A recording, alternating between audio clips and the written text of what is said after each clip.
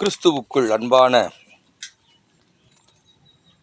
சகோதர சகோதரிகள் யாவரையும் என் அருமை ஆண்டவர் இயேசுவின் நாமத்தினாலே உங்களை நான் வாழ்த்துகிறேன்.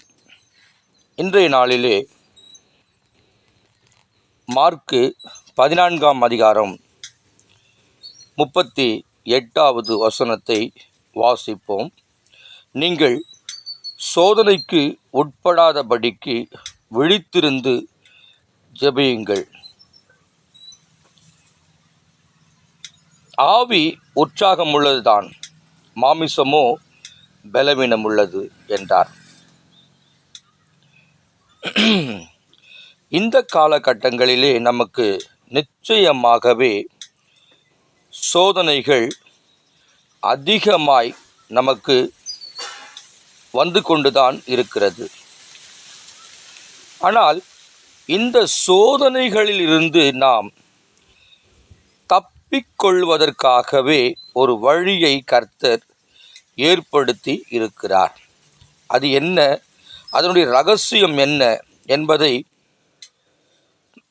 ஆண்டவர் இங்கே மிக தெளிவாக நமக்கு சொல்லிக் கொடுத்திருக்கிறார். நீங்கள் சோதனைக்கு உட்படாதபடிக்கு விழித்திருந்து ஜெபம் பண்ணுங்கள்.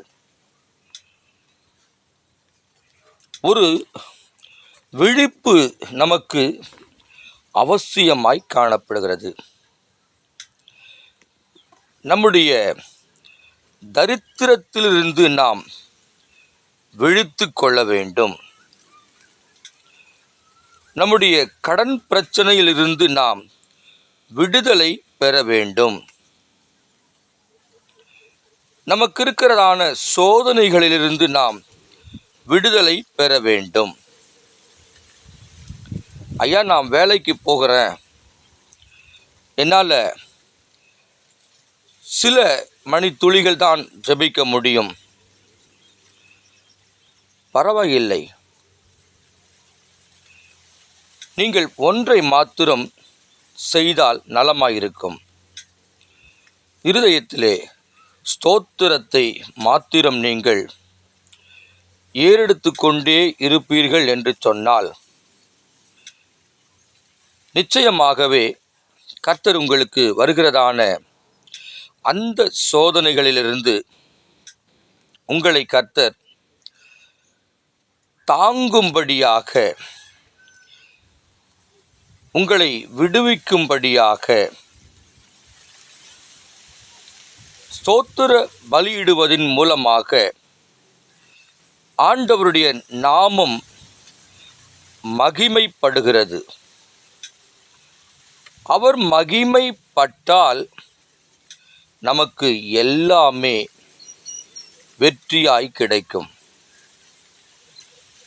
இன்றைய நாள் முதற்கொண்டு நீங்கள் என்னால் அதிகமாய் ஜெபிக்க முடியவில்லை என்று சொல்பவர்களாக நீங்கள் இருக்கலாம். எப்பொழுதும் இருதயத்திலே ஸ்தோத்திரத்தை நீங்கள் செலுத்தும் பொழுது உங்களுக்கு எதிராக வருகிற பிரச்சனைகள் 7 வழியாய் அது ஓடி போகும். இதை செய்கிறவர் கர்த்தர். அவர் ஸ்தோத்தரிக்கப்படத்தக்கவர். அவர் எல்லோருக்கும் மேலானவர். அவருடைய கீர்த்தியை நாம் சொல்வோம் என்று சொன்னால் ஒரு நாள் போதாது. அப்படிப்பட்டதான அவர்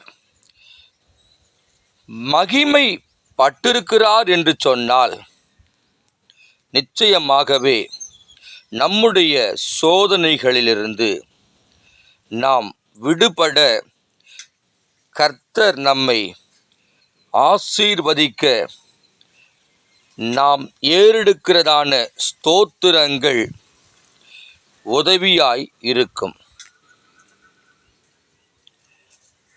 என்ன இவர் ஸ்தோத்திரத்தையே அதிகமாய் சொல்லுகிறாரே? வெறும் ஸ்தோத்திரத்தை மாத்திரம் நீங்க சொல்லி பாருங்க, உங்க வாழ்க்கை கர்த்தர் எப்படியெல்லாம் மாற்றுகிறார் என்பதை நீங்களே கொள்வீர்.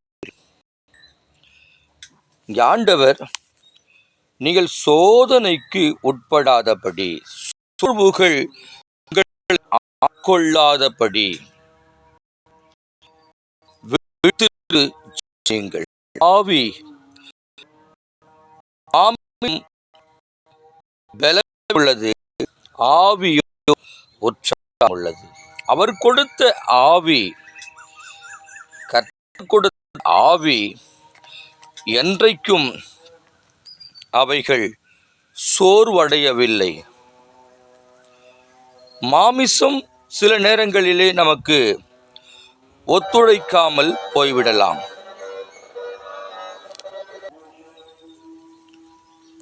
மாமிசம் சில நேரங்களிலே நமக்கு பலவீனப்படுத்தலாம். நம்மால் ஜெபிக்க முடியாம கூட போய்விடலாம். இந்த ஸ்தோத்திரத்தின் மூலமாக கர்த்தருடைய நாமம் மகிமை அடையும்.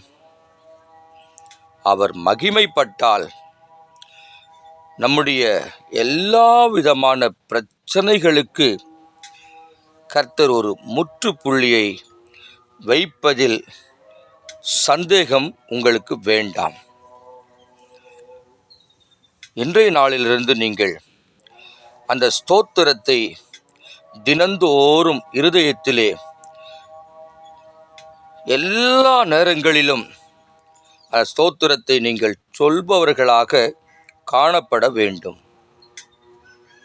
கர்த்தர் உங்களை ஆசீர்வதித்து உங்களுடைய தேவைகளை கர்த்தர் சந்திப்பதில் நிச்சயம்.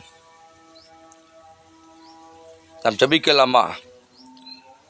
கண்களை மூடுங்க, வேதத்தை மூடி வைத்து விடுங்கள். ஜெபிக்கலாம். எங்களை உருவாக்கினவரே, எங்களுடைய சோதனைகளில் அவ்வப்போது எங்களை பலப்படுத்துகிறவரே, எங்களை சமாதானப்படுத்துகிறவரே, எங்களை சந்தோஷப்படுத்தி பார்ப்பவரே, உமது கிருபைகளுக்காய் நன்றி.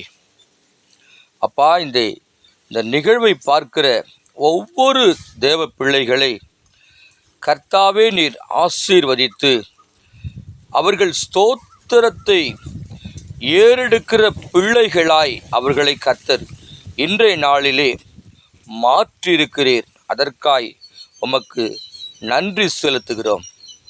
ஒவ்வொரு தேவ பிள்ளைகளை கர்த்தர் ஆசீர்வாதமாய் நடத்துவீராக. உமது நாமத்துக்கே மகிமை உண்டாகட்டும். துதியும் கனமும் மகிமையும் உமக்கே உரியதாக. இயேசு கிறிஸ்துவின் நாமத்தினாலே வேண்டுகிறோம் நல்ல பிதாவே. ஆமேன், ஆமேன்.